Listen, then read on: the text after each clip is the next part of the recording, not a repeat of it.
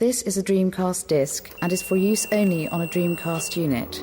Playing this disc on a hi-fi or other audio equipment can cause serious damage to its speakers. Dreamcast, up to 6 billion players. Welcome back to the stage of history. Why don't we play together? Hey, it's time to make some crazy money. Are you ready? Here we go!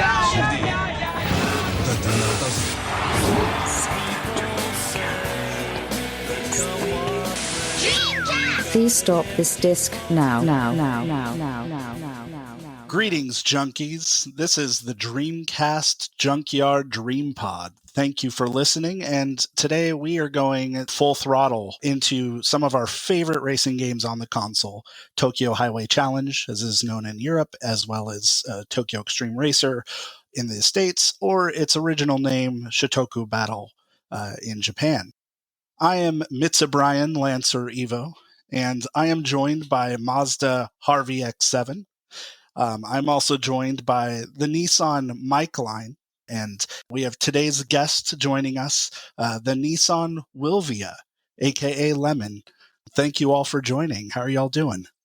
Good, thank you for having me on. I've been a big fan of the podcast, so it's great to be on. Yeah, and great to have you on. And you do have a YouTube channel, which we might as well just plug up front. Where can people find that? So, I mean, it's Lemon on YouTube, but you might struggle to find it just by searching Lemon. But if you're searching Lemon, Sonic, Lemon, Dreamcast, it'll come up. It's kind of like long analytical type videos, often to do with Dreamcast, so... There's a really good one about Planet Ring, and nice. With footage of Planet Ring online, and yeah, the whole shebang with Planet Ring. So look up Lemon Planet Ring. That was my favourite video you've done. Thank you. Absolutely love it. How are you doing, Mike, anyway? Yeah, I'm good. Really excited for this one. Probably in my top 5 Dreamcast games, though we'll go into that more later. Really wanted you on this one because you are it's just this was one of your heaven picks, wasn't it? Yes. Yeah. And how about you, Harvey? How are you doing? I'm good. Yeah. I'm excited too. I do love this series, not as much as Mike. I'm a big fan of the whole kind of nighttime boy racer vibe in general. Mm. I'm actually working on an album right now, like themed in this kind of style of like night racing. So it kind of slots into that nicely. But I'm excited. I love this game, and let's ready to talk about it. Brilliant. As am I. All right, well, I guess we can just kind of set the stage a little bit just by talking about kind of the culture that TXR/THC is rooted in, and that's kind of the Japanese, like the Tokyo tuner culture and illegal street racing culture of the 80s and 90s. You know, there's plenty of media across anime and manga and a couple of other games that might have tapped into this leading up to the franchise. And the series itself started on the Super Famicom as Shuto Battle 94. Mike, I know you've played this relatively recently. Do you want to tell us a little bit more? Yeah, as a little bit of prep for this, I thought, you know what, I've never played it before. The Dreamcast one was my introduction to the franchise, but I thought, seeing as we're going to talk about it, let's have a look. And I was actually really surprised at how comprehensive of a game it is. It uses the Super Nintendo's signature Mode 7, and you've basically got not full 3D, because obviously it's 2D scaling, but it's set as a 3D thing it's kind of the opposite of Mario Kart, where you had the track at the bottom that it's presented with. You've got your racing screen on the bottom, and then the top half of the Mode 7 screen is used as like a external camera that's kind of almost doing like the replays in the newer games. I'm watching that right now. It has a story. Yeah. That's amazing. If this had come out in the West, this would have probably been my favourite Super Nintendo game. Yeah, that's really surprising, to be fair, because I've seen it before, but I didn't really I haven't actually played it, but I didn't really expect that much depth from it, to be fair. So, Mike, tell me what's Mode 7, and is that like a type of rendering tech within the... It was basically Nintendo's secret sauce for the Super Nintendo. where they'd basically do sprite scaling, which from the like the Yu Suzuki games and stuff. It's like games like F-Zero used it and basically faked as if you were on a 3D platform, a 3D surface. So then when is all the gameplay split? I'm just watching footage now. Is all the gameplay split? So you have the top half and it's showing you from other angles as you're racing? Is that right? Yes. I'm not sure of the intricacies, but Mario Kart definitely did the same. I don't know if it's a limitation of the technology where it kind of, they can't do a full screen setup with as much detail. I couldn't tell you. That's for people with way more brains than me. It looks so impressive. And what's the story like? How far did you get? I have no idea. It was in Japanese. Okay, of course, yeah. I did hold up my phone to kind of try and translate a bit, but that more worked for the menus than anything else. But I suspect it's basically that typical, you're a racer I've never beaten before. I'm going to take you on.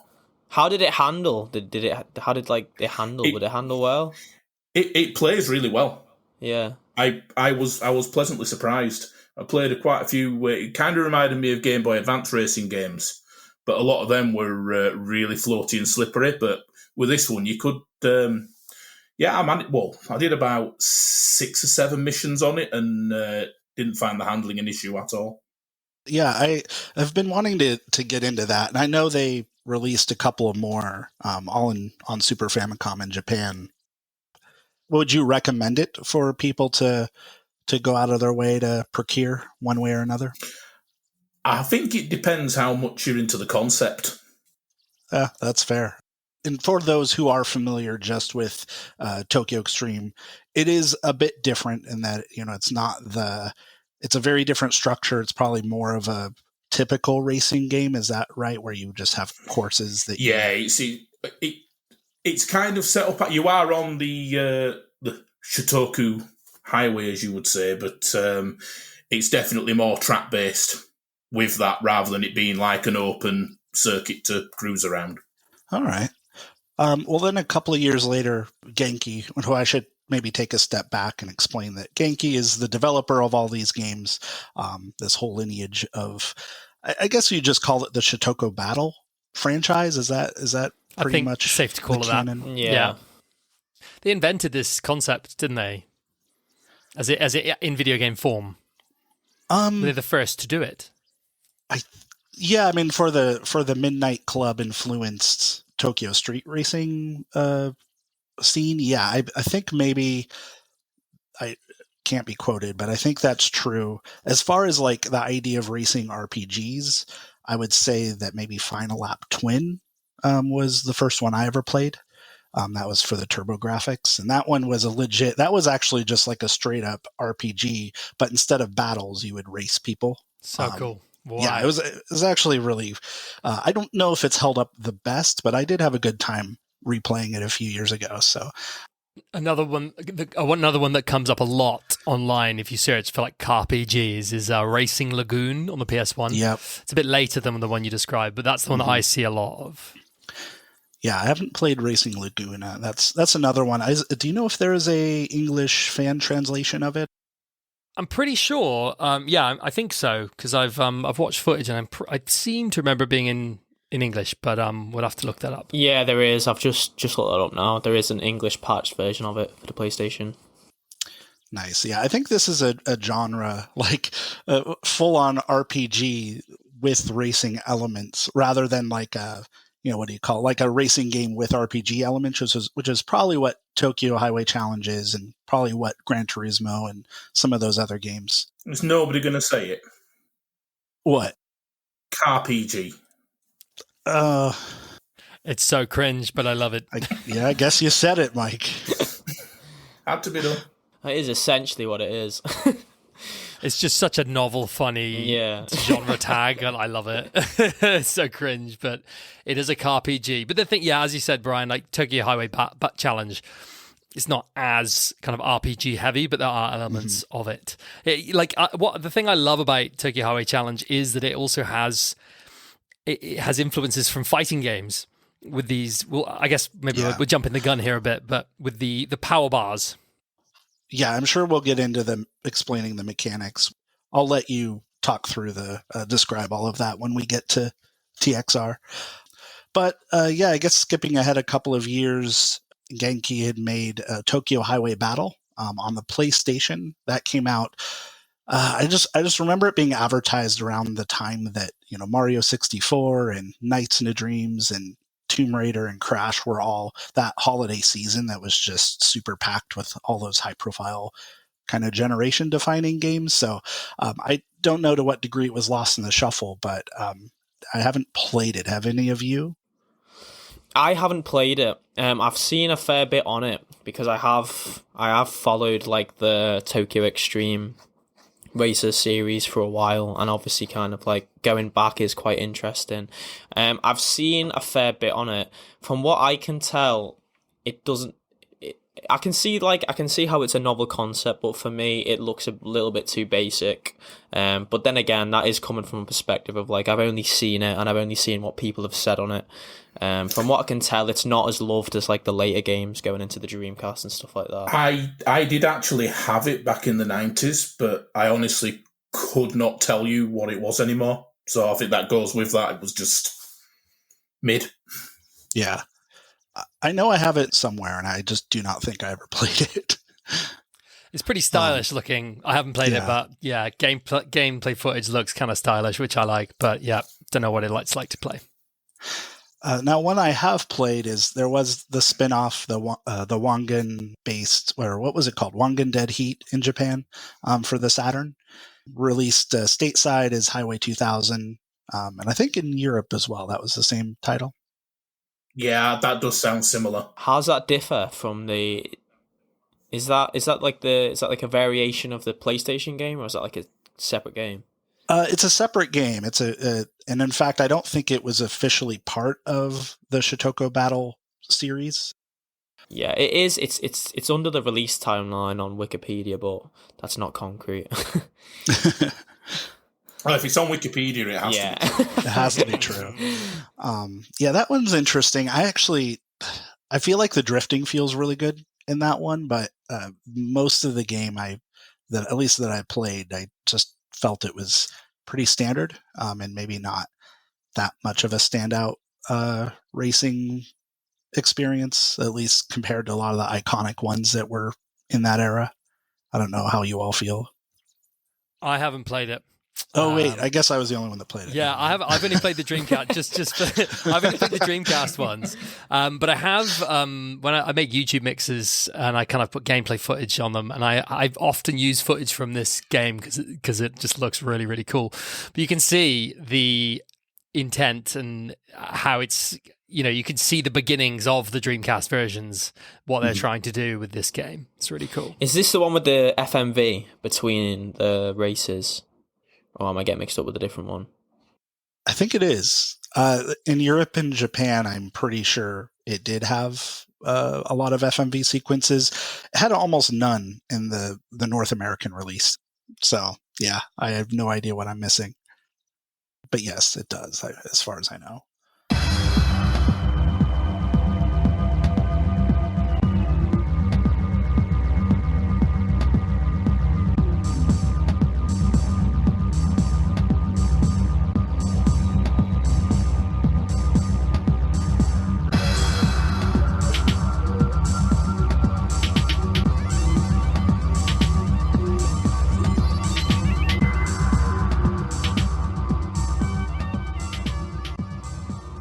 All right, well, I guess that brings us a couple years forward still to the games that we will be talking about primarily today. And that is, of course, 1999's Tokyo Xtreme Racer, which was a launch day game, I think both in Europe and in North America on the Dreamcast. And it was published by Crave, and it was probably our introduction to the series structure as we would know it today. And I guess, Harvey, if you want to talk us through just the overview of what TXR/Tokyo Highway Challenge is all about. Well, yeah, as we said, it's a night racing game where you cruise is it the Wangan, is it the Shotoku Expressway or the... Yeah, that's why it's called Shitoku Battle. Of course. So I'm getting mixed up with Wangan Midnight. It's the Shitoku Expressway, which is a real The expressway. C1. The C1 route. Okay. And the way it works is it's not set in like levels or tracks. There is just one kind of track, and it's, I guess you'd call it open world, but it's not open world really. It's open world in the sense that you're free to roam around this expressway, or stateside you'd call it a highway, and it's like a loop. Or freeway, yeah. A freeway, yeah, that's it. It's a loop, and as you're going around the loop, you can challenge other racers to races. And it's got this amazing way that it seamlessly will enter into race mode. So you're just cruising down the highway, you're going past, Matey Boy in his truck on the way home from work. You're going past a taxi cab, and and those are the people who aren't interested in racing you. But then if you see an obvious night racing car on the road, they're highlighted, aren't they? Do they have an arrow on them or something? Yeah. They're on the map anyway. It's obvious, and you press, is it B, to flash your lights, and you drive up behind them, you flash your lights, and you engage in a Shitoku battle. And to the death. Yeah, to the death. And you race, and it's amazing. And then autopilot turns on, auto driving, and you kind of go up against parallel with each other, and then it counts down, and then you race. And the way the racing, because obviously there isn't a start and a finish line, because you're constantly in this looping game mode.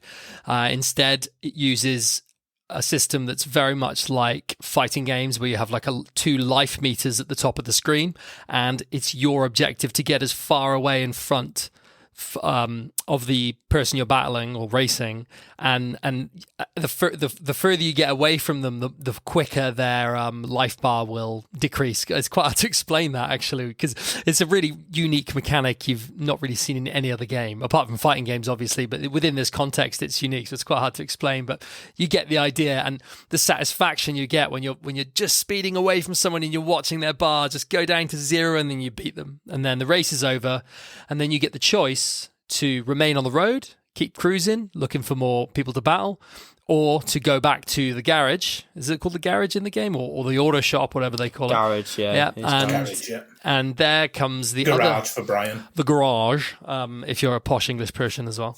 And American.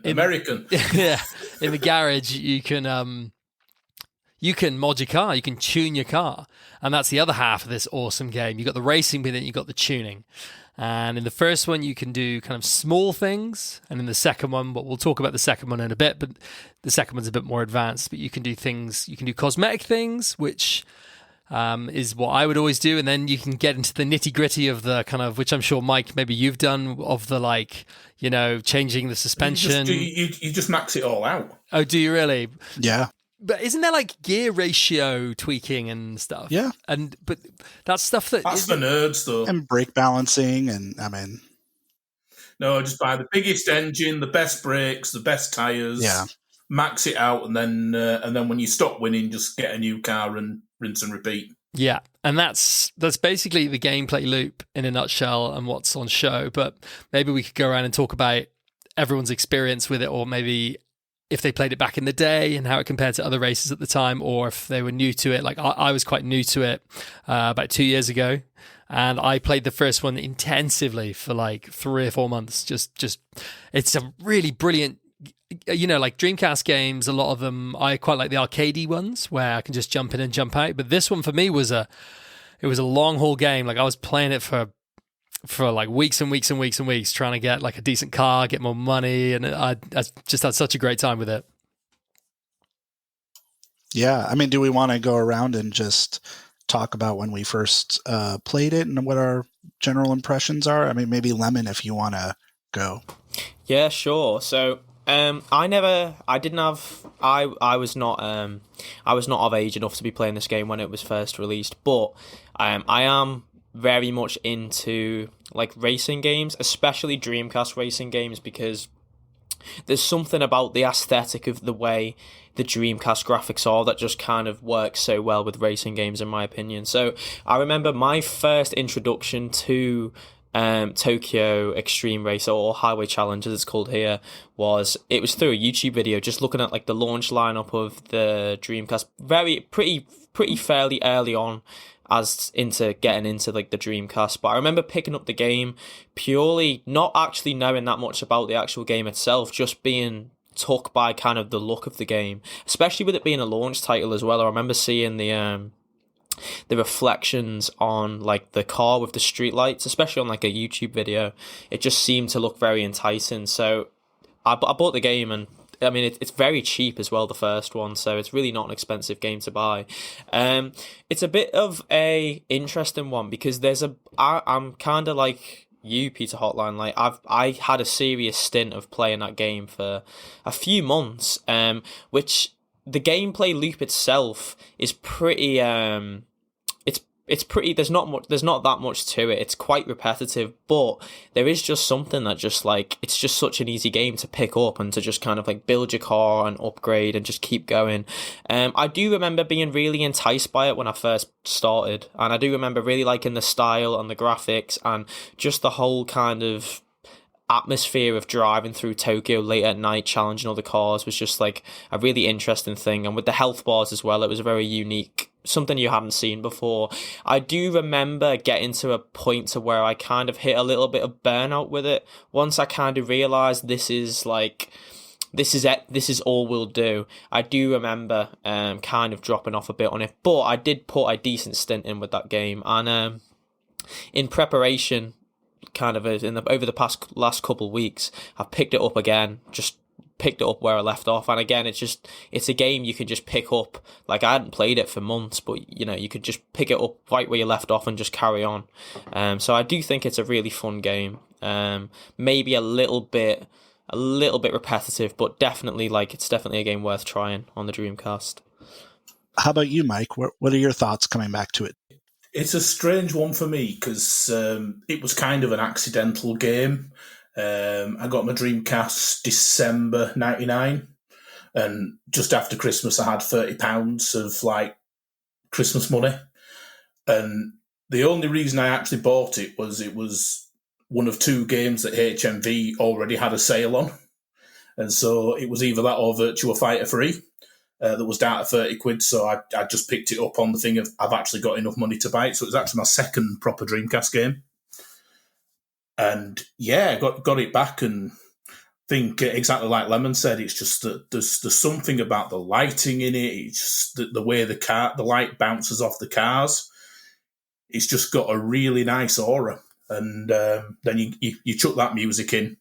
You chuck in being a teenager, and back then you get 2 or 3 games a year if you're lucky, sort of thing. And it was, I've got to put time into this. And I think I've probably finished it 5 times over now, beating every single opponent in the game. Nice. But every time I pick it up, I just want to carry on playing it. It's a simple hook. It's like it's just beat every opponent in the game.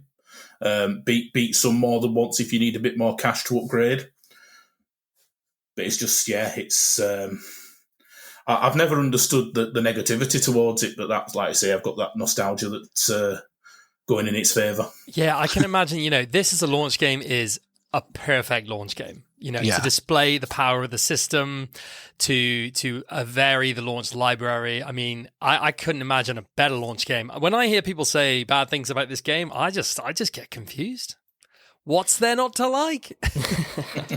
Yeah, I mean, it's one of those games that I feel I eventually did really like and got into. Now I think I rented it around when it came out, because when I got the Dreamcast on launch day, Sonic Adventure was the only game I had for 3 months until that was my first Dreamcast game. Yeah, and this was the second. And so Tokyo Xtreme Racer, I would go to my local video rental store, rent pretty much every Dreamcast game that they would get in. So this was one of them that I probably didn't have the most or the highest impressions of at first.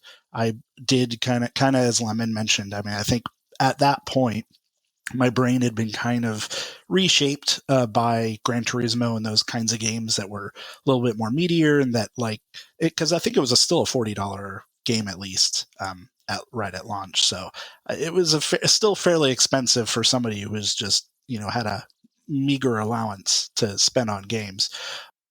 And so I didn't necessarily see it as quite the value of other things I could be getting. And so that was probably why I ultimately didn't come back to it until years later. But eventually I did, and I loved it. I think I played through it a couple of times for a piece I wrote on all of the launch games a few years ago, for the Junkyard, the Drunkard. But yeah, so that was definitely everything you all said, I agree with. I would say that maybe my impressions have tapered off a little bit on the original, only after having spent so much time with Tokyo Xtreme Racer 2, which I think improves the formula in every way possible. And so it's only by that comparison that I feel maybe my enthusiasm is a bit tempered for the first one, but it's also not necessarily a game I would go to if I'm in the mood to play a racing game. It's more of a game I'd go to play like kind of like a Armada or a Phantasy Star Online, or something that's just like when I want to put a podcast on in the background and just grind. I know exactly what you mean. That's the exact, yeah. Yeah, and just vibe for a couple of hours. Like, I think it really fits that. Both of the TXR games fit that really got that perfectly. feeling, hasn't it? I think I seem to remember someone in an old DreamPod episode saying that too, that they would stick on podcasts and just play this on mute for like hours, because you can, and the really cornering's really satisfying. If you build up a load of speed and you learn all the corners, because you're obviously going around the expressway, and you learn the corners, and they're quite satisfying. And I don't know, I don't play a lot of driving games, so I'm not one to comment on handling. People comment a lot on handling. What do you guys think about the handling with this game? Is it good? For me, I like it, but it feels a bit like floaty. I think people are expecting an arcade racer, and especially on the Dreamcast, and it throws that little bit of realism in that you do have to brake for corners. You can't just throw yourself around them, especially as your health bar actually goes down when you collide with the environment. I think in the first game I'm trying to remember if it's just cars that cause damage or if it's the walls. Because I know in the second one they adjusted it, so I'm pretty sure the walls cause damage as well.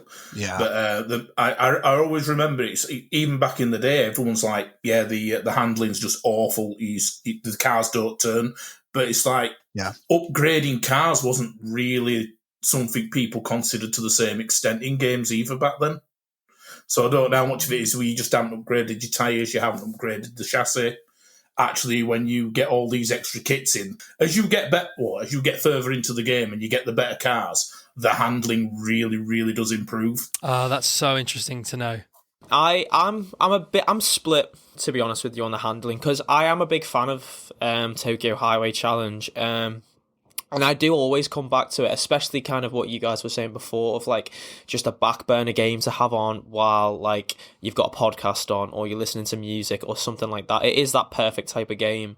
And I do think in terms of like atmosphere, like it really is such like a time capsule of that era. And that's kind of what entices so many people to it. In terms of handling, I do think initially I did kind of agree that the handling was pretty poor. As I've played it more, I have realised there is a learning curve to it, and the handling does get better. In my opinion, I still wouldn't say it's especially strong for a racing game. I mean, the absence of a handbrake is something that I noticed when I played it that I kind of wasn't, that I would have benefited from that. The way you react to walls as well, like I know... You did one of you guys mentioned before that hitting the walls does actually damage your health. You kind of do just see, in the first game at least anyway, you kind of do just like bounce off walls when you hit them. So a lot of the time, even if kind of you do mess up, the way you react to the walls, I was never a massive fan of that. It's a bit kind of inconsistent. Sometimes you can like stop to a halt, and then sometimes it'll just ping you around the corner and you'll fly through. And the way the AI handles as well, I don't always find is kind of the way I can handle. I do sometimes see AI do stuff that I don't really think I could probably do, but maybe this is just something that needs to be upgraded. I have put time into upgrading my car, but probably not to the extent that I should. So when playing it in the future, I probably will try and do that more, upgrade the tyres, upgrade the chassis, stuff like that, and kind of see how that changes things. Yeah, I think as Mike was saying, I mean, it really depends on the car also. Some of them are just better able to be tuned to optimize for a little more. The Lan Evo is really good on it. Which one? The Lan Evo. Oh yeah, that's what I race primarily in the first game. Yeah. Yeah, I mean, if you adjust the brake balance a little bit and get better, really the things that impact handling tend to be really worthwhile, in addition to, all of your engine upgrades and everything. So definitely recommend that. And then spending some time messing with the tuning, because you can also get some cars that drift really well, and that becomes its own element. Yeah. The biggest mistake I made was basically boosting the engine far too much, and I had a car that could go really fast, but it couldn't brake for anything, it couldn't turn for anything, and it basically I had to abort that sort of build and go back to a different car. Yeah, I think if there's a silver lining to it, I think the first Tokyo Highway Challenge was a bit more forgiving in its enemy or opponent AI, that you could just careen into walls and still be okay for the most part, until you got to the Four Devils or some of the end game enemies. Maybe we should talk We've about. not talked about them yet. Did you call them? Oh, aren't they called the Wanderers? And that's the second game. The second game had the Wanderers. Okay, so in the first one, the Devils. What are they? Are they gangs? Are they bosses? Yeah, they're boss cars. Yeah. So I think the best way of putting it is you go through, you beat the teams, and when you get to a certain level, you suddenly get these other random people challenging you. And the first time I came across one, because I think the music's totally different, the scene's totally different with the introduction, and it's telling you exactly who they are, but it's I just got absolutely destroyed the first time I came across one of them. Yeah, and the first game's interesting because there's almost it's like an act one, where at the end of it you get the four divas after you've beaten enough of the regular roaming gangs. Then it's the four divas, which they're kind of boss characters for the first half of the game, and then once you beat them, then it kind of goes into a whole nother set of gangs that show up, and then eventually the end game. But it's pretty straightforward compared to the other TXR games, I think.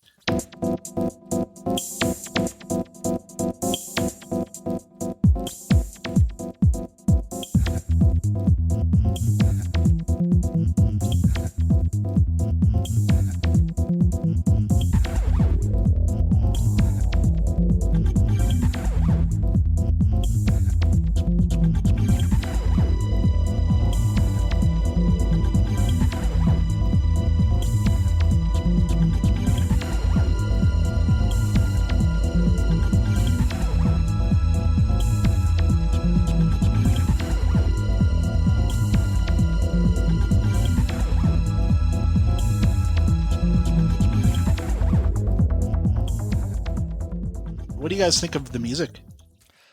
Love it. Totally love it. Mike, you're a big fan of the Eurobeat thing, aren't you?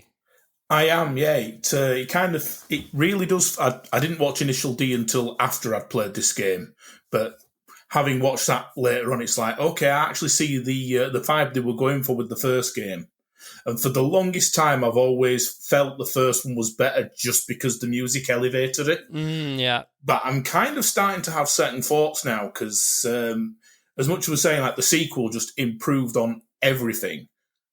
Yeah. My thoughts now are that the first game was basically a 32-bit racer with Dreamcast graphics, and actually the sequel is really laying the groundwork for the 6th generation. And even listening to the music, it's we went from the Spice Girls in the 90s to much more underground sort of musical tone. Yeah. And I think actually the second game's soundtrack kind of highlights that. Yeah, I think the first game as well is kind of it was in a really weird in between, where if you look at the second game, I know this is like a little bit jumping, but like audio and graphics as well, really. Like the graphics of the second game feel much more in line of like a 6th gen game. The first one, Tokyo Highway Challenge, it's that really weird in-between period where like when it came out, it looked miles ahead of anything else that was out at the time.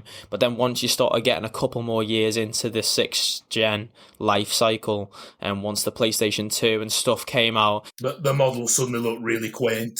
Yeah, it starts to kind of really look dated and really shows its age. Whereas like the second one, from what I've played, looks a lot more kind of in line with the 6th, with kind of what you'd expect. The audio with the first game, I think, is like really good. That's kind of big part of the atmosphere. The only thing I would really like to see a lot from what I've noticed with the first game is when you win a race, or I think it's when you win a race and there's like a brief period where like the car's on autopilot and it gives you the results. They play some really like atmospheric, great like drum and bass, like electronic music, but it's gone so quickly. Yeah. It plays for a little bit. In fact, Pizza Hotline, I know you have sampled one of them. I've seen it. I'm sure I've seen it in one of your I've seen it in something you've done. Yeah. And you've extended it. And you only hear it in game for about like 20, 25 seconds at most. I know, it's such a shame. And like, there's this tune called Alpine Glow, and it's in the first one. And it is like one of the, in my opinion, one of the greatest pieces of like jungle in a video game from this whole era. Yeah. Drum and bass. I can't accept drum and bass. We need jungle, I'm afraid.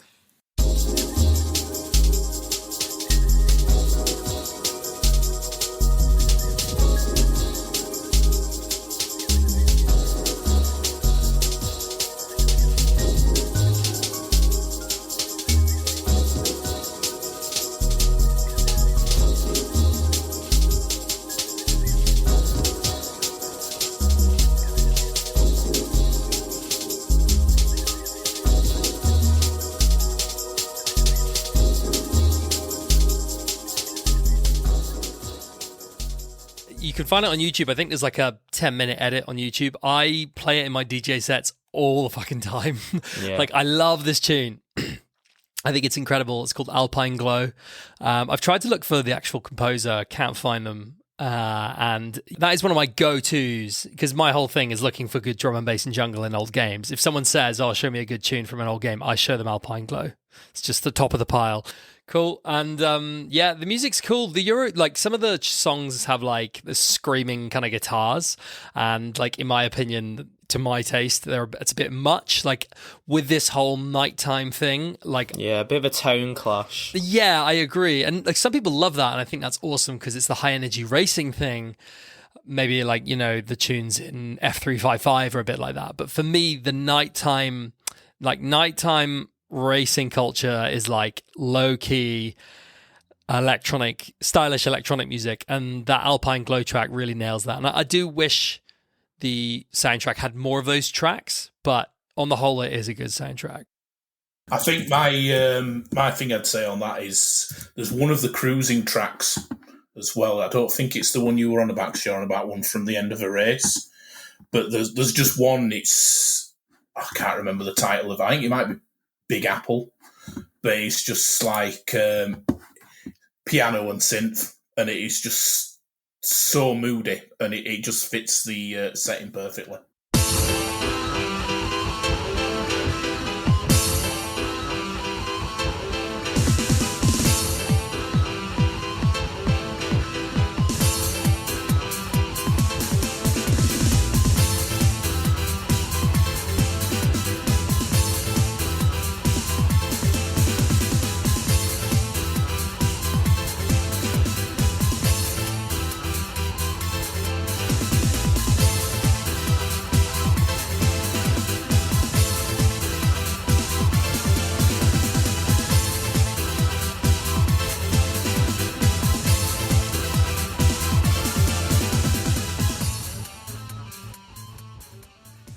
Thinking about other aspects of the presentation, I mean, you all are right. It's a beautiful game, especially like as a launch title, to kind of show off.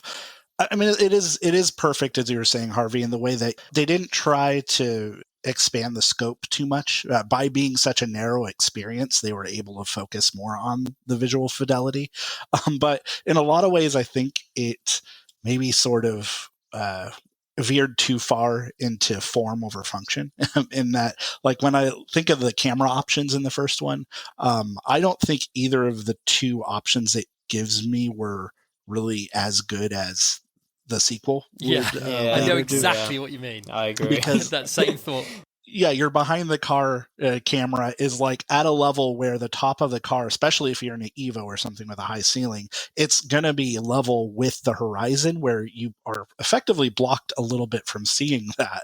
And then if you go to first person, the camera points upward, which I think is awesome for seeing all of the buildings, and it gives you a real sense that you're in the city, but it really isn't quite as functional for being able to see very far ahead of you, and that was kind of a bit of frustration.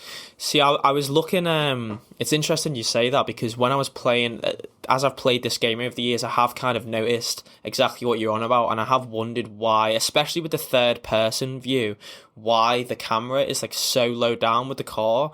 And from looking at like replays and like just quick glances when you see it, I've kind of realized the way the first game is built is all the structures, kind of all the buildings that are surround around the road, they basically end as soon as the road ends. And there's been brief periods in like replay, you know, with the replay cam, when you can just see where the camera slips out, and you realize like you are literally just in a void. So the camera really, the game is set, it's quite barren really, but it does a lot with how it presents it to kind of create this illusion. But if you kind of bring the camera out, the illusion would break really, because it's just floating squares. They've done a lot. They've clearly done a huge amount of work to create this nighttime racing atmosphere, and they've done a brilliant job. But I guess choosing those right camera angles was quite important. And as you said, Brian, they went for form over function.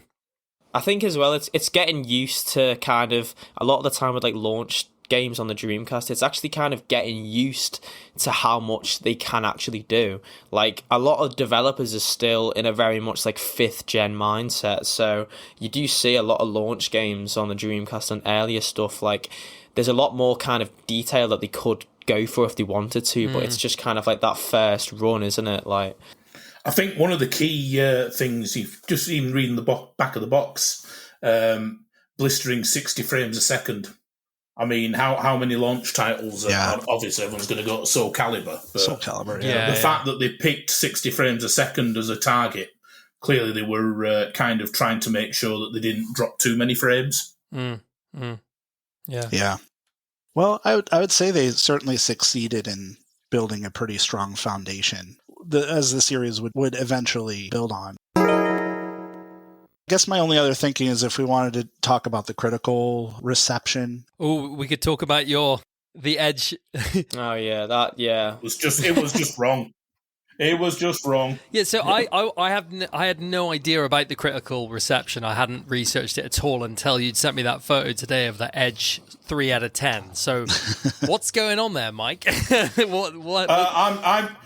I normally would not reference IGN, but 8.8. Oh, I see. So they gave it a good score. Game Fan, 92%. It's very up and down. Famitsu's giving it 32 out of 40. I think it depends whether the concept clicks with you or not. Yeah, definitely. Harvey, I think this has notes of when we talked about Blue Stinger, where most of the reception was middling, but one of the few positive ones was like IGN. They gave it like an 8.4 or something. I think TXR kind of fell in that same sort of void. I think official Dreamcast magazine even called Blue Stinger Blue Stinker. No way, that's so I'm funny. Pretty sure they did. Sorry, Brian, you sent the picture of the Edge review, yeah? Yeah, I was reading through. So, tangent here. I like to read through old Edge magazines when I'm in the garden with my coffee in the morning. That's awesome. Love it. Yeah, so I or whatever I have on hand, but and I was looking for that earlier, and I was like, oh yeah, better take a picture of that and good timing. But What did they say about the 3 out of 10? Like, did you remember what they said? Shoot, I left it downstairs. How about, I guess I could pull up because I took a picture and sent it to you all. Yeah, I was just curious. A game like this, how could they give it a 3 out of 10, even if they didn't like the gameplay loop? 3 out of 10 is very, very steep. Like, it's a shock. Yeah. That's so mean. We're talking about Edge, though. Yeah, we're talking about Edge, where the best games, I think an Edge, there's not a bigger compliment you could give than a game being an Edge 5 or an Edge 6. I think those are like my favorite games of all time. I want to say they gave WRC on the PlayStation 2, the Evolution Studios one, was it? I think they gave that 5 out of 10. Yeah. And I'll say that as somebody who loves Edge. I think as far as like their reporting for the time and how well they kind of covered developers' vision for where the industry was going and the innovations they were making with the games and consoles and everything coming out, especially as things were rapidly shifting at that time. I still think there's plenty to glean and learn just by going back to reading some of their old articles and interviews and stuff and previews. But they were just very unapologetically blunt as well, weren't they? They really were. And I can't fault them. It's like when you think about where Tokyo Highway Challenge fell. This game came out as Gran Turismo had pretty much redefined the genre, right? Within, and everyone was looking to Gran Turismo 2. Yeah, gotcha. Yeah, and so by a completely different metric, arcade style racers, at least with the mainstream, were maybe not falling out of favor, but the expectations for those were also increasing as far as home ports being more robust and having, more flair. When you look at Dreamcast launch titles, there's a lot of early titles. There's a lot of racing games where it's 3 tracks, 5 cars. That's what you're getting for your 40 quid. And then you look across and it's like Gran Turismo, 600 cars, 17 tracks, career mode. And it's like also 40 quid. I got you. Yeah. Yeah, and that's a good point, though. There were a lot of racing games at the Dreamcast launch. In Europe, you had Sega Rally 2, but even outside of that, you had, I love Pen Triathlon. I don't think it counts because it's not that type of racing game. But you had Flag to Flag. Yeah, you had Buggy Heat. You had Monaco. We didn't get Flag to Flag. Oh, really? No, we need circuits to be more than enough. Was Monaco? One? Yeah, Monaco and Hydro Thunder. Monaco Grand Prix. Yep, that was. Or Monaco Grand Prix 2, or Monaco Grand Prix, aka Monaco Grand Prix 2, as I think the manual says it's called. Monaco Grand Prix Exhibition Edition, Online Edition, 2-player, something. It's like crazy. Goes hard online. Yeah. And Knuckles. And Knuckles, of course. And then, of course, my favorite racing game of launch was Trick Style, but again, not the same type of game. So that one's very heavily underrated. I agree. Yeah, definitely. I definitely agree. Soundtrack's really good. Sonic Riders vibes. Yeah.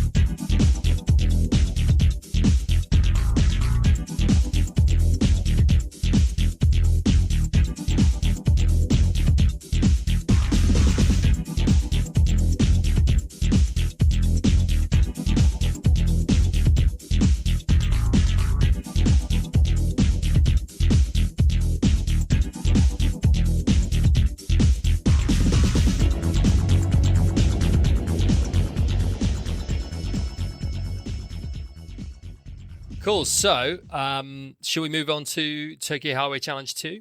Yeah, I think that's about right. Let's go back to the year 2000. Yeah, we've already kind of... the year 2000.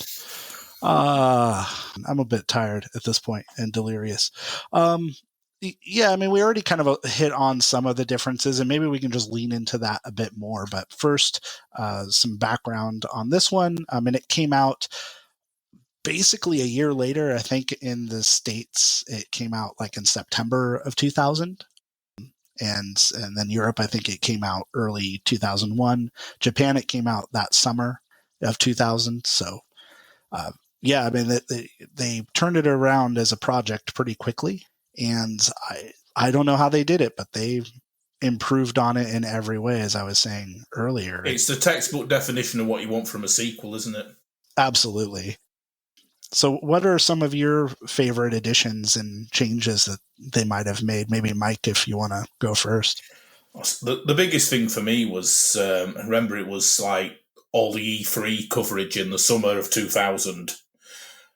All these screenshots in magazines of the car models in the game. Yeah. What and how good they looked. Like the best car models you've ever seen. Well, I thought they were. I was like trying to wrap my head around how a game could look that good. Bearing in mind at the time I was already like, oh, Tokyo Highway Challenge looks great. It's all shiny, all these fancy lighting effects, the blur on the street lights. And then suddenly there's all these random extra reflections are all on the car models as well. Yeah. How about you, Lemon? Yeah, so for me, there's two really, leaning into kind of what was just said about the graphics. For me, it's the environmental detail was a massive jump up from the first one. I don't have as much experience with the second game, but I have got a fair bit of experience with it. Main reason being, I try and buy. I like collecting the actual physical games when I'm when I'm looking to buy a new Dreamcast game. But Tokyo Xtreme Racer 2 is just so expensive in PAL territories, so it is on my kind of. I just caved and burned a copy, but I put it off for a while. But you're a purist. I will get a copy. I will get a box copy one day when they come back in CEX. I'll snag it up. But the environmental detail was a big one for me because in the first game, I just kind of going back to what was said before about linking back to like the camera angles and stuff, it was done deliberately to kind of mask the fact that really there wasn't a lot of environmental detail on the side of the first game, and it got away with it so well because of the atmosphere of like a blurry, dark, Tokyo at night. It really did mask it quite well. But even the way like the walls were designed on like the sides of the road, which were like always very high, you always never really got to see much than like the top of buildings. And I do think with this game, they expanded on that a lot, and you got a lot more of roadside detail. The draw distance as well, I thought was improved a lot, because I remember in the first game you could be in especially, it got away with it usually, but especially in tunnels, you could kind of see the skybox at the end of the tunnel as the tunnel was kind of getting drawn in. You playing this on a modern TV though? Well, I am playing this on a modern TV, to be fair. Because CRT did really help hide that at the time. Well, yeah, I can imagine that, to be fair. I can imagine. But they still did improve the draw distance on the second one. It was expanded a lot. And I like how, rather than just a one circuit, you can now pick paths, and it kind of makes you feel like you're actually driving through Tokyo. You can like change direction, and like signs will pop up and say like, this road's this way, this road's that way. So, yeah. Yeah, the map was a big one for me. I remember, because I'm a bit like you, Lemon. I played the hell out of the first game, and then the second game I just haven't played. I guess I haven't got round to playing it as much, but I've played it obviously in preparation for this, and the map was a big one. It was like all these other different directions you can take, and I just got so kind of bored of the same loop of the first one. And the second one, just and being able to choose, and it gives you a really good warning. It's kind of and like it's like the first sat nav ever. It's like, in 200 yards you can take the C1 out or the Meguro way, and then you can kind of you can see the different challenges on the map, and you can kind of go, I'll go for that guy, and you can take a left and go see if you can speed up and find him, see who it is, and then battle him. And I guess the environments were poured over a lot more. Like maybe this is just from memory, but in the first one, like some of the buildings that and like the surfaces are just like flat, and then in the second one you've got like more geometry. So like when you're going through a tunnel, you can actually see like on the walls, it's got like the kind of like, it's not just like a flat wall. It's like you kind of got like bars, and then you've got like grids on. Yeah, I remember seeing that. Yeah, just more interesting things on the sides of the road, and more interesting geometry. And there's one part on the second one where you drive over a bridge, and it's absolutely huge. It's super tall. You can see to the very top of the bridge, and it's all lit up, and it looks brilliant. And I don't think that's in the first one. And it's not, no, that's one of the branching routes. So all of the track from the first game is actually in the sequel. Okay. And then you've got about 3 or 4 times more of like the rest of the highway that's been put into the second game. Okay, gotcha. Yeah. What I love about that is because, you know, a lot of those sections are very different from each other. And so I'll actually use that to my advantage when I'm strategizing again. So say like I haven't upgraded, you know, my handling or very well, or brakes or whatever, but I focused on engine first for whatever car I am racing. Terrible mistake. Just abort and start again. It is, but Tokyo Xtreme gives you more options. On the sequel, there's that really, really long straight section. Well, that's what I'm saying. Yeah, so what I'll do is I'll be like, all right, well, I'm just going to focus on the Bayshore line or the Wangan line, which are very flat or very straight. Something I forgot to mention on the first game is there was actually strategy to picking where to choose to challenge the racers, which because it's on the free roam, of course, you're like, right, this is a really nasty corner coming up here. If I start this race now, I'll be able to get in front, bounce off the wall, and then I can just fly down. I know it's burnout gaming, but I don't care. Yeah. No, it's all legit. Ping-ponging was a legit strategy in the first game. Winning is winning. Definitely. As Vin Diesel says, doesn't matter if it's an inch or a mile. Yeah, I'm actually just flicking between the first one and the second one now, like footage on YouTube, and the difference in lighting, the reflections on the cars, is just so striking in the second one. It looks brilliant. And in the first one, it's just, you can see. And you know, like this whole thing of having a sequel that is so stuffed with features, you can tell that, you know, this happens a lot with sequels and stuff, that in the first one, they were just trying to pack it all in and they were rushing and they couldn't, and they probably had a list like 20 pages long of stuff that they couldn't fit into the game. And then when they were able to make the sequel, it's like, right, let's stick all that stuff in. And you know, they already had the ideas, but they probably just didn't have the time or resources to implement them. And then they turned it around in 12 months. That's probably how they did it so quick, because they kind of were trying them out during the first development cycle and couldn't quite get them in. It's so much more dense, like looking at the footage of the second one, just like the like everything that you're flying past. It is, I mean, especially considering the first one was such a really good showcase for the graphical power of the Dreamcast. Something like this kind of really shows, like, because the Dreamcast, it was in such an awkward period when it came out there, where it was kind of half seen. I mean, you know, it was a 6th-gen system. It had features that some other, like, newer 6th-gen systems didn't even have, like online play with the GameCube. But it was because it came out those couple years earlier, it was always kind of stuck in that, like, middle ground. A lot of projects were for the previous generation. They were shifted from the Saturn and things. So, although, they looked great compared to what was on the N64 and the PS1, they weren't actually taking advantage of the system. But this is a great showcase. Like, I'm always super interested by just the prospect of, like, you know, if the Dreamcast, even if it survived just like a couple more years, like to 2003, how would it have fared up once we really started getting going with the 6th generation? And I think Tokyo Xtreme Racer 2 is like a good example of, like, you know, it is a 6th-gen system. It really can show some detailed graphics when it wants to. Definitely.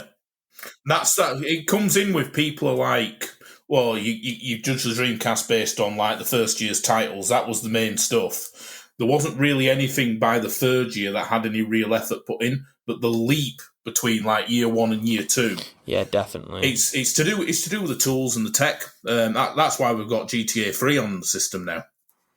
Oh, I was playing Vice City the other night, man. Blows my mind. Just love crazy. It. Oh, it's amazing. Well, what was also interesting with that curve, as devs get more familiar with the hardware and get more out of it, is that at launch you still had some of the best looking games, like a Soul Calibur, to come out on the platform, period. So that was almost an anomaly in a way that maybe also worked against. Yeah, definitely. It made the progression look not quite as impressive as it would have done. Yeah, the first game's definitely like, you know, I'm in love with the atmosphere and I'm in love with the vibe of it, but it's definitely got that like 5.5 gen look to it. It's kind of like, it's not quite the level of like a PS2 game, but it's also definitely ahead of like a PS1. Whereas like Xtreme Racer 2 is definitely like, you are well within it. Like that is a 6th gen game. Yeah, certainly. And, you know, it was scoped to match, as we were talking about with the broader track segments. So I don't know too much about this, but I know, Mike, you know a lot about the vehicle, you know, and also you told me once that they got around the licensing thing by using the chassis numbers. They use the chassis numbers, yeah. Which is why all the cars have very like unmemorable names. So the Toyota Corolla is down as the AE86. This is where the kind of initial D vibe comes in. Rolling Guy are all in AE85s and AE86s on both the first game and the second game, I believe. But actually, that's the star car of Initial D, the AE86. Yeah. But I think it might be kind of a Japanese thing that they referred, or in the racing scene at least, they referred to the cars by the chassis numbers. Because there is a little, there's a little side story on Initial D where the lead character's best friend decides to also get the really cool car and accidentally buys an AE85, which was the generation before, but it looked the same. And so it's like everyone's laughing at him, going, "Oh, that car's rubbish! You won't be able to do anything in that like you can in the AE86." Now, there are maybe a couple of things I could say that I liked better about TXR1 versus 2.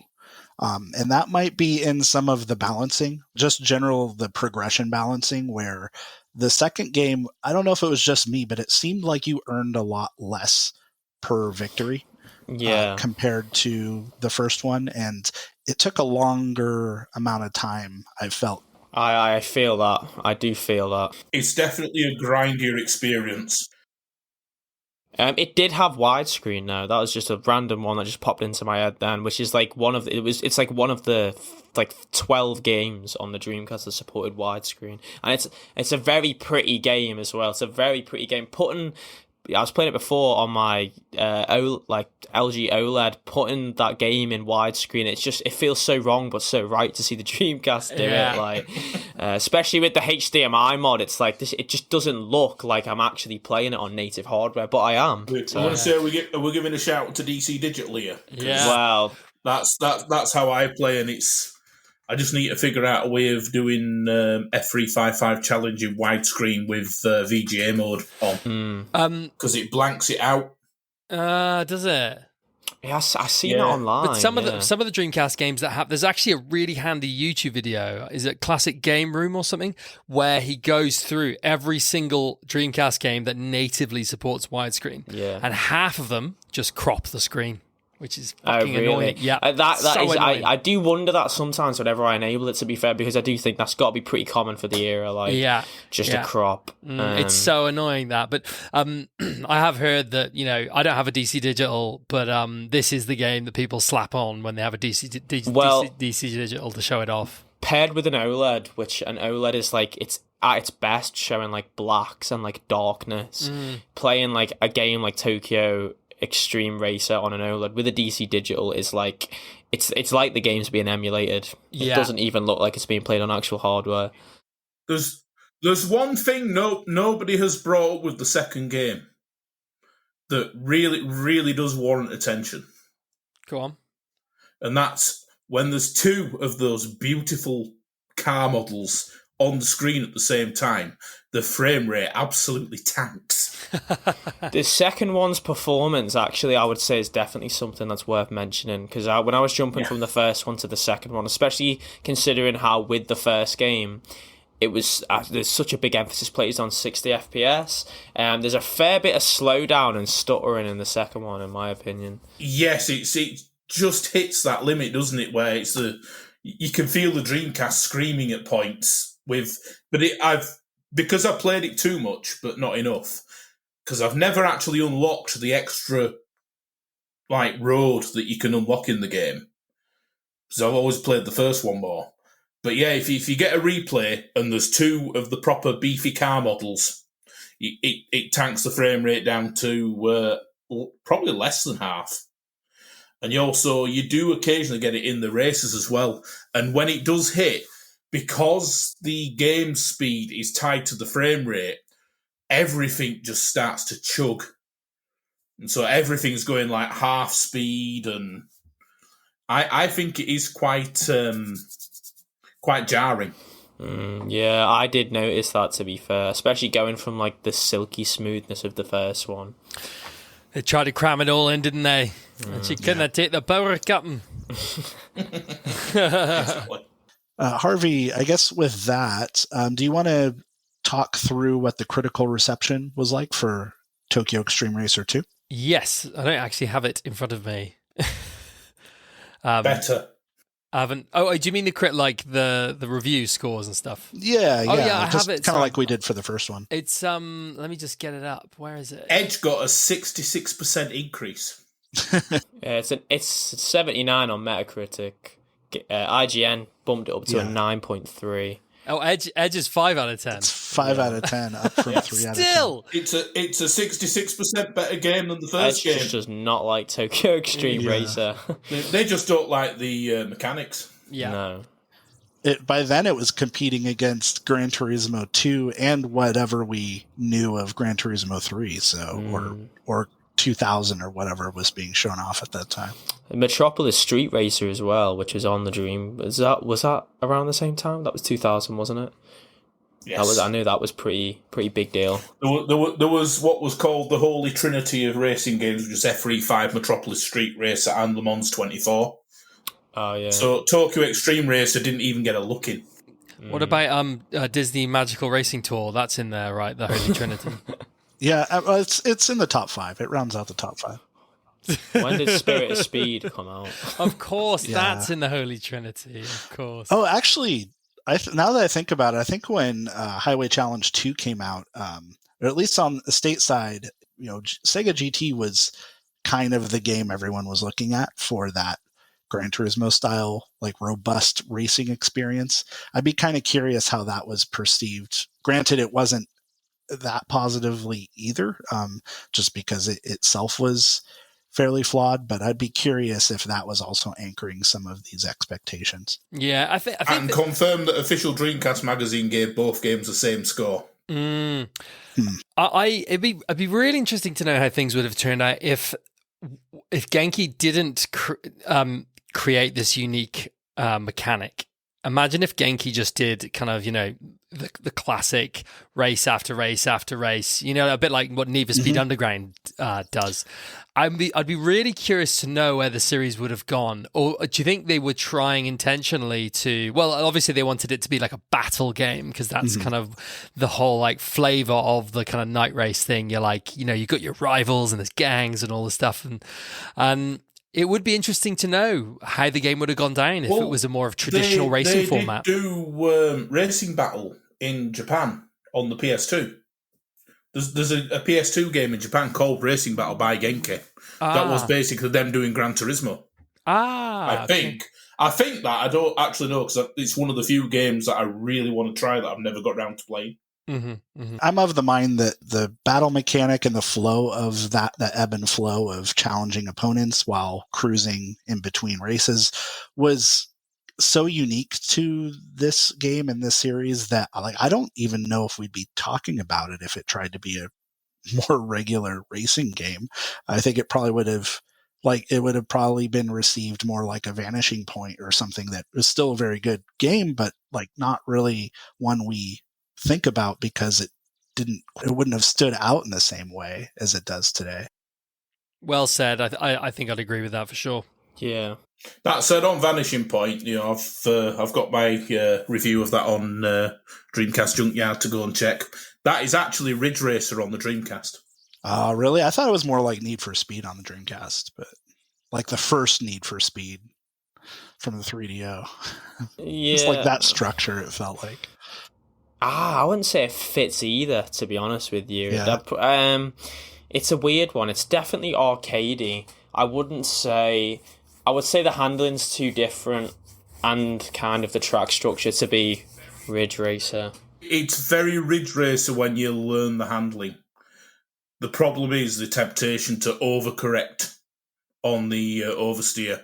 So you're saying if you just handbrake and slide around every corner, that's the way to play? No, you don't even need to handbrake. Just take the corner, you're good. The car will straighten out, it's fine. Oh, yeah. That's actually a really, really good game, well worth checking out, though. Yeah, I'm a big fan of it, to be fair. Oh, fair enough. Maybe we will do an episode on that then. We could do an episode of the Holy Trinity: Pen Triathlon, Magical Disney Racing Tour, and no, not that one. Please, not that one. The Holy Trinity, Mike. I would take Roadsters, an exhibition of speed, over Magical Racing Tour. It would be interesting to do an episode on the kind of lesser-known racing games, like with your Vanishing Point and your Roadsters, and what's the one that's just come back online, which is worth a mention, is Speed Devils. Speed Devils, and I actually love that game. It's a great game. It's great. Guys, you said you want to get a Dream Pie, Mike. If you're a racing game fan and you don't have a Dream Pie and you want one, Speed Devils is the reason to get a Dream Pie. It's fantastic. It's online. interesting you say that when Daytona is now back online. Porque no los dos. See, I would argue Speed...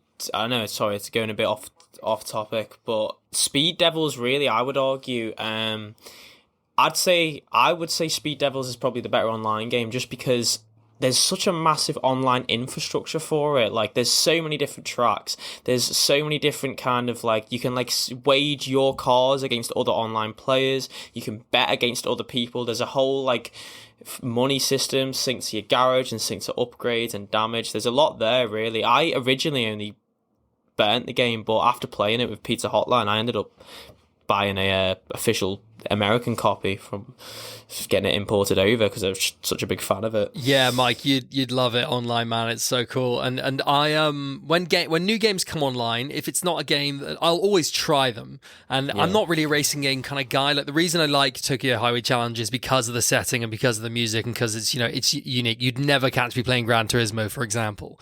And when Speed Devils came online, I was like, okay, I'll give it a go. And I just couldn't believe how good it was. And I kept trying to tell you, didn't I? Yeah. You hadn't tried it for a while. You need to try this game. See, I actually had the PC original before the Dreamcast came out. Oh, cool, man. Yeah. And Speedbusters. The map, we were racing on this map. Was it Canada? And I said to you, Lemon, at the time we were on chat on Discord, I said, this has got to be the biggest map I've ever seen on any Dreamcast game. It was a giant track. I got totally lost. Whoever's listening, get on Speed Devils Online. It's sick. I second that. Well, I haven't played the online one, but I played the original launch window game, and I love the track design. I'll have to check it out again because I got the original, and then the online version just felt like it was a cut back version, but I don't know why. Well, they changed the handling and stuff, and they changed a few bits and bobs, didn't they? I read up on this recently, but they needed to. But the fact that it's online now is just so novel. Yeah, because they need it to work on a 33k modem. Exactly. And so get yourself a Dream Pie and we will battle. I've got a Dream Pie. I just need to plug it in. Up to 5 players as well, not the standard 4. Yeah, we should do it. We should do a meetup online. I'd love to do that. Definitely. Let's do I also love that it just scratches the itch of, kind of the sprawling. I don't know if you all ever played Beetle Adventure Racing on the 64. Yeah. Yes. Yeah, I actually where there's just shortcuts within shortcuts, and it's all about just kind of exploring the environment as much as racing. I love that. And I like the same thing about Star Wars Episode 1 Racer and the Rush games, Hydro Thunder.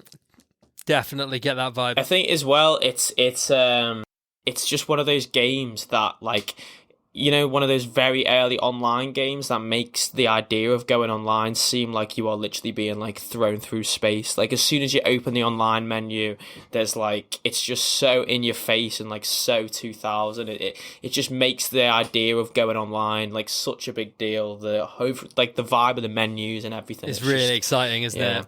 The music's the app, the audio is kind of very similar to the original Xbox dashboard music, where it's just very very ambient, like just bit spooky, bit intense. It makes you feel like you're like about to have your life changed by going online. I mean, you're kind of just touching on what made Phantasy Star Online appeal so much right now. Yeah.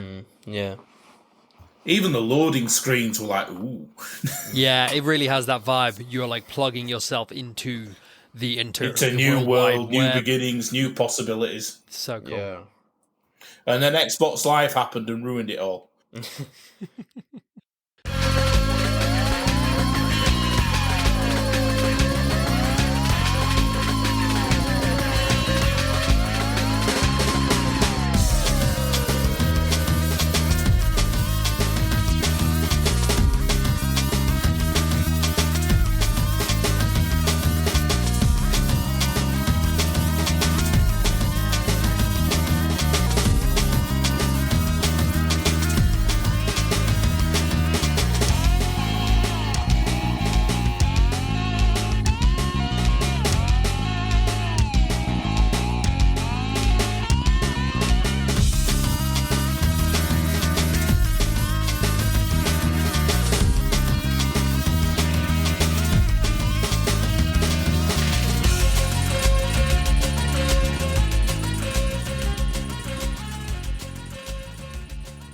Well, that concludes our Speed Devils podcast. Yep, we'll go back to Need for Speed Underground's birthing parent now. Yeah, I guess we could.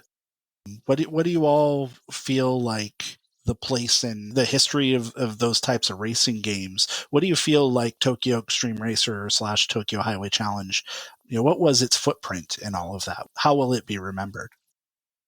I think it was kind of a pioneer. It really was. In terms of like the video game front. I'd not played a game with so much like aesthetic car customization before that, which obviously is what people loved in Need for Speed Underground. But it's also, when you look at, like, let's say I spoke about Initial D earlier, I think Initial D has had so much influence on culture that people that have never heard of it don't even understand, because it's like The Fast and the Furious, basically Initial D live movie, only set in America. But then the third one was Tokyo Drift, which kind of went back to the roots of all that. Yeah. And I think it's just it was just a culture that wasn't in pop. Yeah, and if you were like a young like when I was growing up in the 2000s, if like you were a young like kid, you were just, this was everywhere.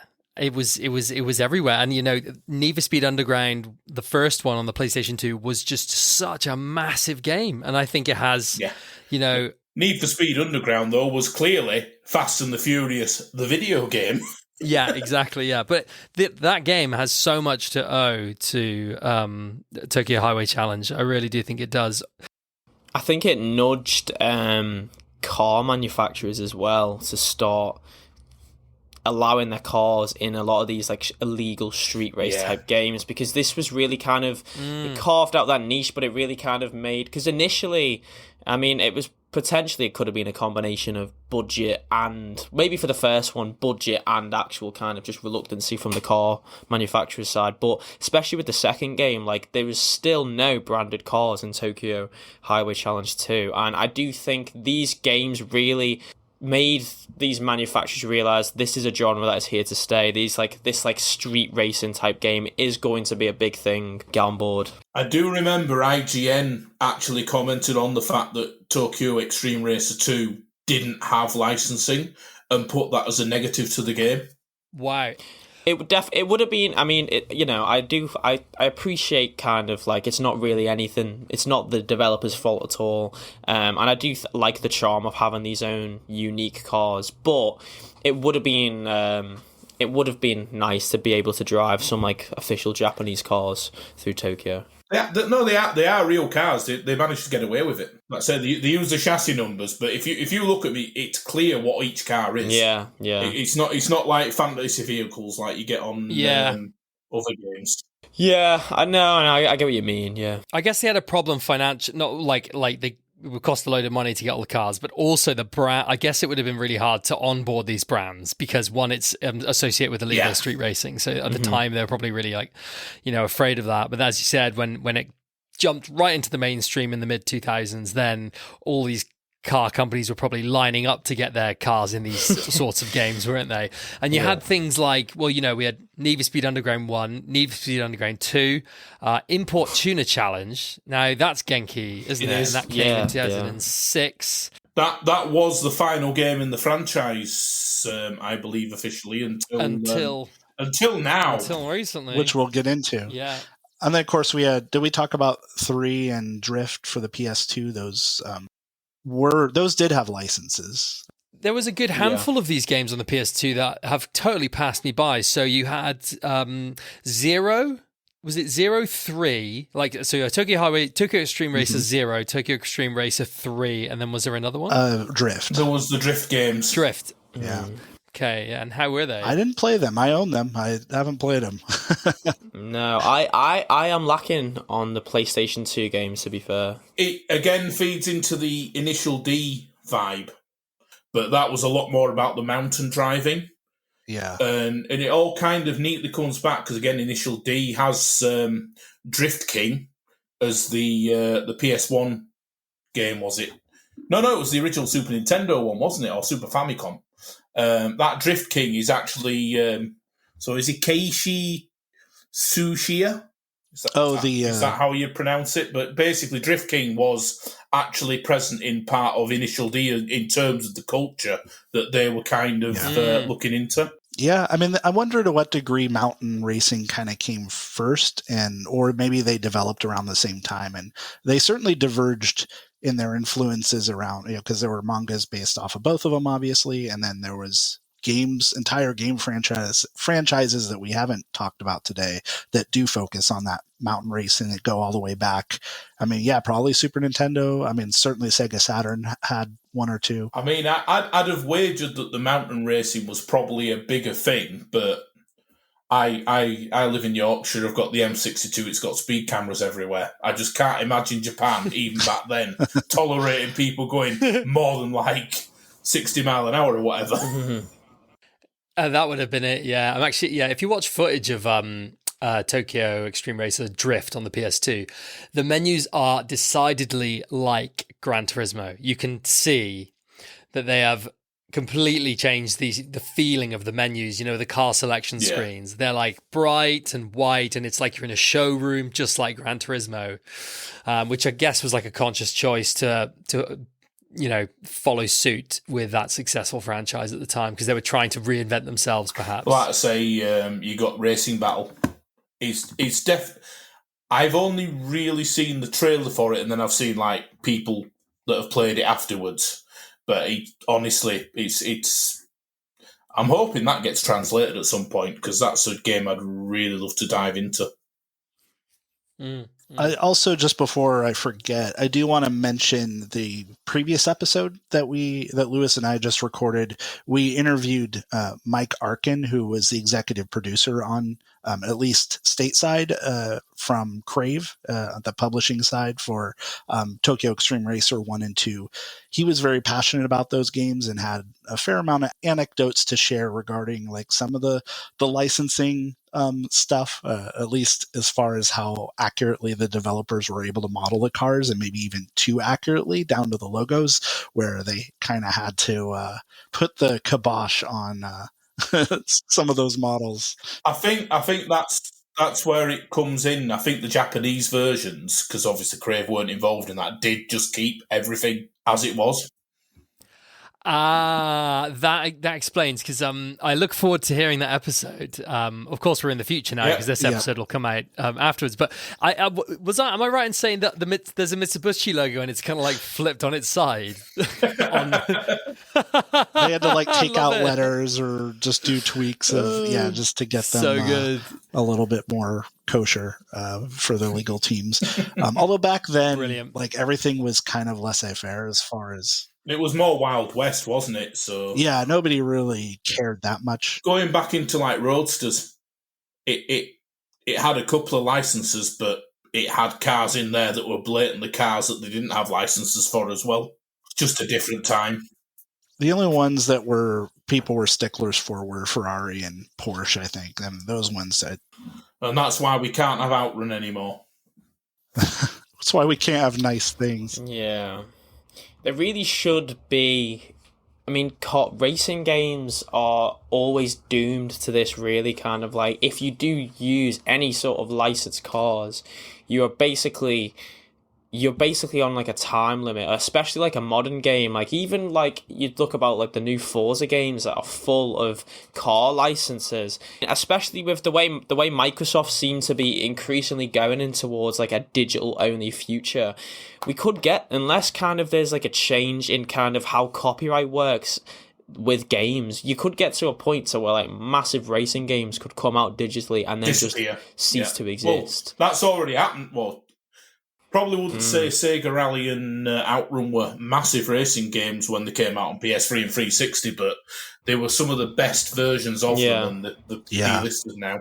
Yeah, I mean, it's a crime that Outrun has not been ported to newer consoles, because that is a phenomenal game. Yeah, Outrun Online Arcade was brilliant. And I mean, of course, Coast to Coast and Outrun 2 that it was based on they definitely need to be brought back in some form to modern generations, because they've held up so brilliantly. I mean, those are two of the best games of all time, or racing games of all time, in my opinion. So, yeah. Runs really well on Steam Deck as well, does Outrun 2 Coast to Coast. Yeah. I've been playing it loads on Steam Deck, to be fair. It does. The PC version I think someone as well has just produced like a patched version with like new button icons and basically just made it like it looks like a native port to Steam Deck. They've done a load of stuff. They've sorted the widescreen out, made just a load of improvements for it. I haven't actually tried that yet, but it's just an absolute travesty that it's not legally available for people to buy now, though. Yeah, definitely.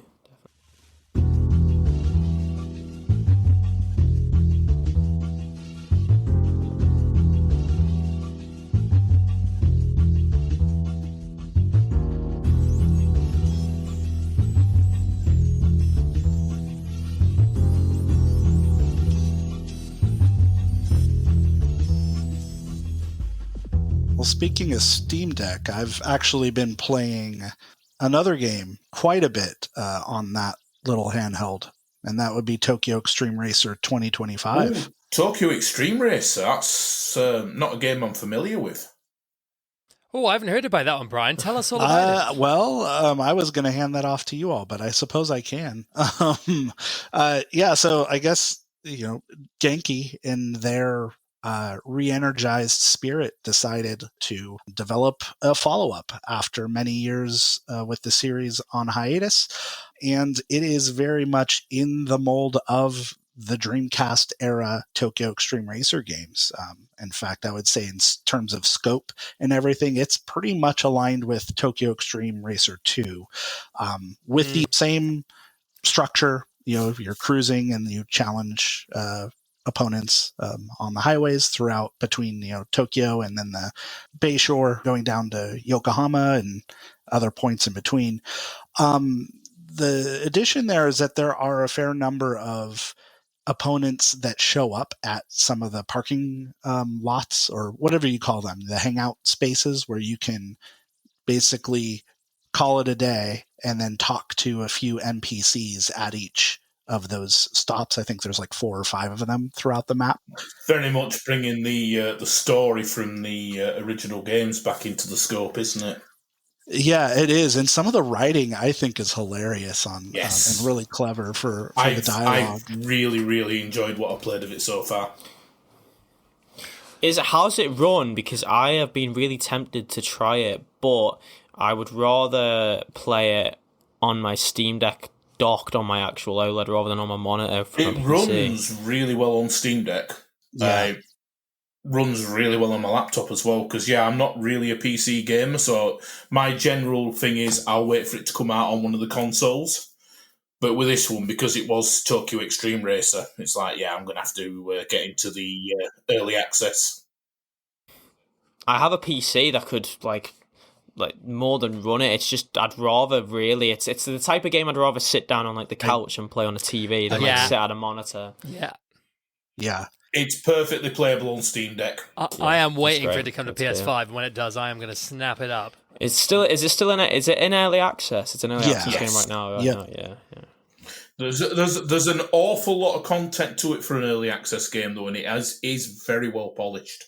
I was very surprised to hear about this coming back, to be honest with you, because, I mean, to be completely honest, I was surprised that Genki are still going, because looking at kind of, I hadn't heard anything about what Genki had done in about, like, 10 years, and really the last kind of, like, big game that I remember here was, what was the name of the Xbox Import 360? Tuner Challenge. That was it, yeah. And then since then I've it's heard... Super Magnetic Neo. Super Magnetic Neo now. Actually, one of my favourites. Also 60 frames a second. Super Magnetic Neo is a great game. So underrated. Great game, and Genki, definitely. like, I you can kind of see they're totally different games, Tokyo Highway Challenge and Super Magnetic. But this idea of like getting rock solid, like really pretty looking game, you can kind of tell it's the same developer. Anyway, I totally hijacked that one, Lemon. Carry on. No, well, that was basically it, really. It's great to see...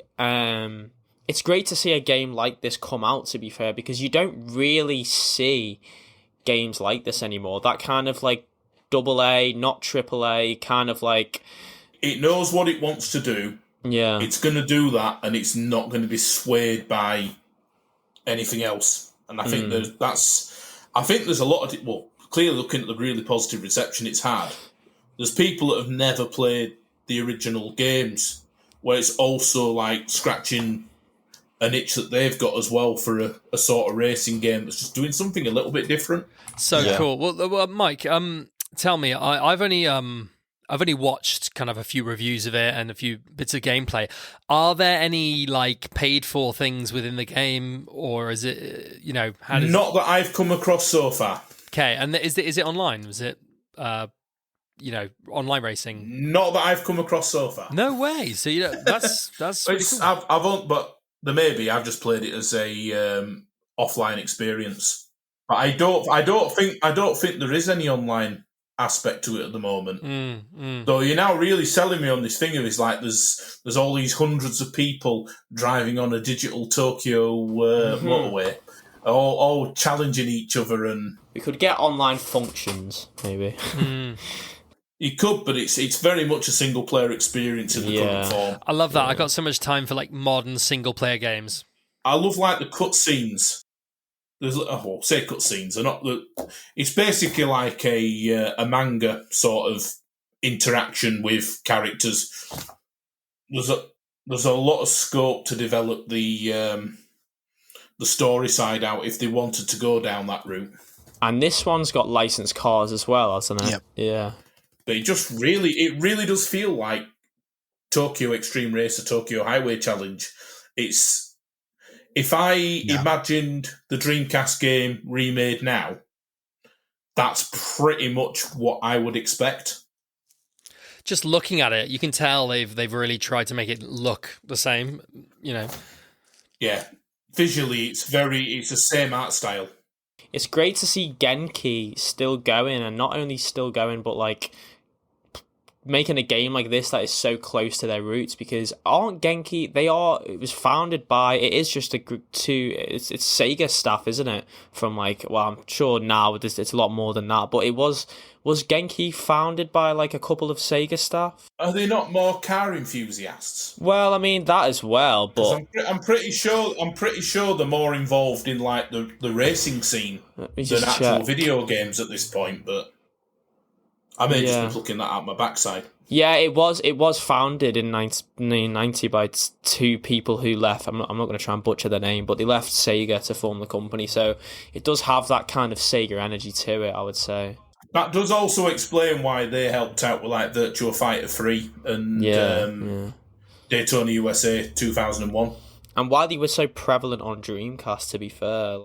It is also sad that HMV, the two games they reduced from £40 to £30 3 months after the Dreamcast came out, were both Genki games. Yeah. Just going back to 2025. One thing that I love is in how it is so fundamentally faithful to the original. It also has a few subtle tweaks that I think really make it even better in a lot of ways. The handling.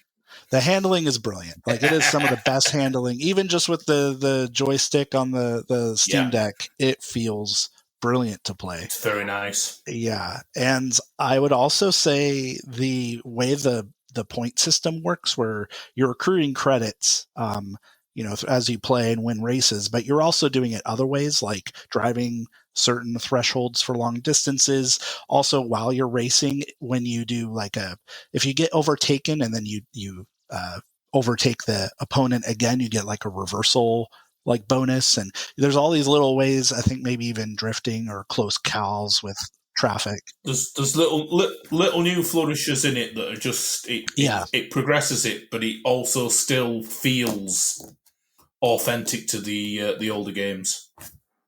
I've got a lot of love for it. Yeah, even in the battles, you don't start taking damage until I think you're 25 meters behind the opponent, and then vice versa, which really changes the dynamic a little bit, because you can have a super close race that ends up going I think I might have to get it. Marathon. Yeah, it's so good. Yeah, there were a lot of slow bleeds, weren't there, on the first games, where it's like you just can't get past them, but hell's gone. No, I can't wait to see how it turns out. Yeah, I mean, I put about 30 hours into what's there. I mean, there's at least as much material there as the original TXR1, from what I can tell. I think I've had a good time just trying to find all of the criteria to challenge all of the racers, at least that are currently available. And there's a ton, and there's some that you wouldn't even really know unless you're driving at certain points, or you stop at hangout parking lot areas, and then talk to people. Have you found the tweaks that have been made so far have improved the experience? So I know I've seen quite a lot of comments on some of the AI just being impossible to beat, and then it's like, oh, there's been an update, we've tweaked this. And so some people are going, really, this is making it too easy. And other people are going, yeah, that's so much better. I don't know. I actually pretty much put all of my time into it in the first couple weeks that it came out. So I'm not really privy to how they've rebalanced it. Does sound like there's been a lot of changes, so it's probably worth revisiting already. These, when you say people are saying things, Mike, is this on the Steam? I'm not sure on the Steam Reddit community. You've just been reading all over the place. I see. Yeah. And didn't you say that they've got some of the old the people that what's it called the bosses is Rolling Guy in? Rolling Guy's back. Yeah, Rolling Guy's my back. Favorite. Rolling Guy number one. There's also Rolling Gal now. No, that's brilliant. Yeah, a lot of the old teams have returned, and then they have a bunch of new ones. It's good. It's still a life ambition to have a Rolling Guy badge in my car window. It's going to happen. It's going to happen. We'll have a Patreon tier for that. For the Junkyard. Yeah, I need to have that, really, because can't really put it on a Renault Clio when they're only meant to be old Toyota Corollas.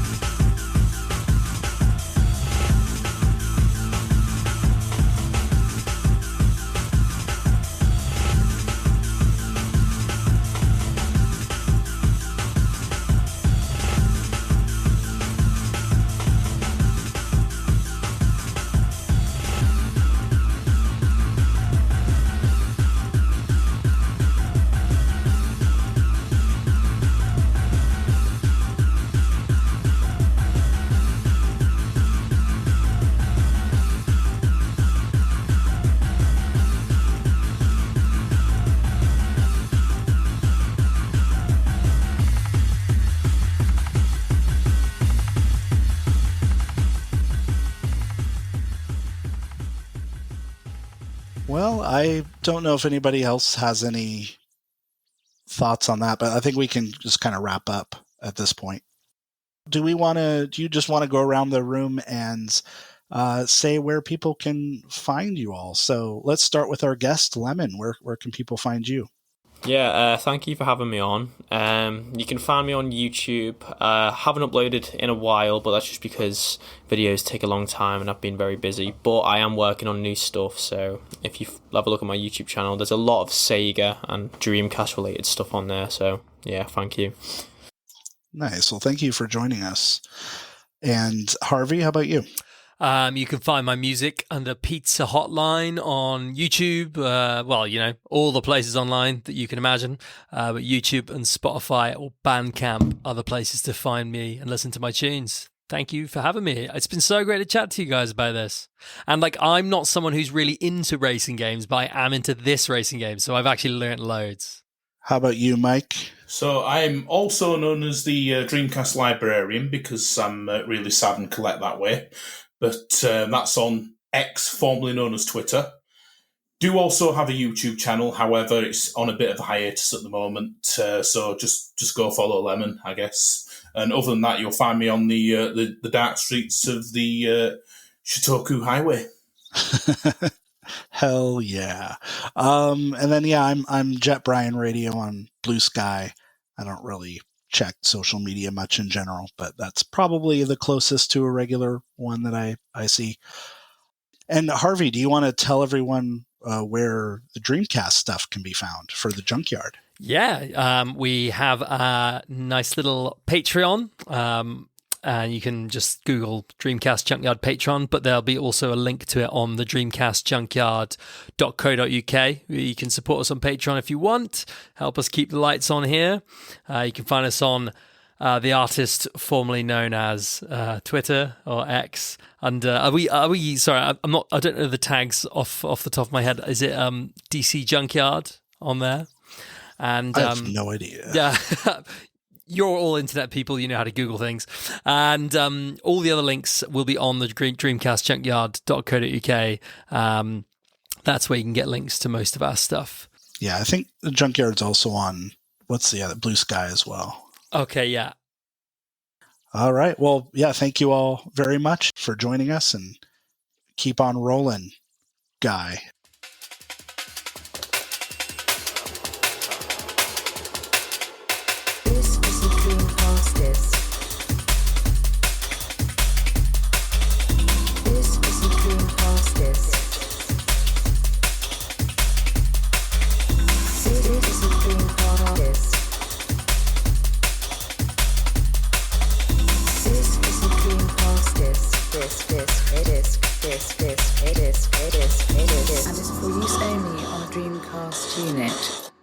Playing this disc on a hi-fi or other audio equipment can cause serious damage to its speakers. Please stop this disc now.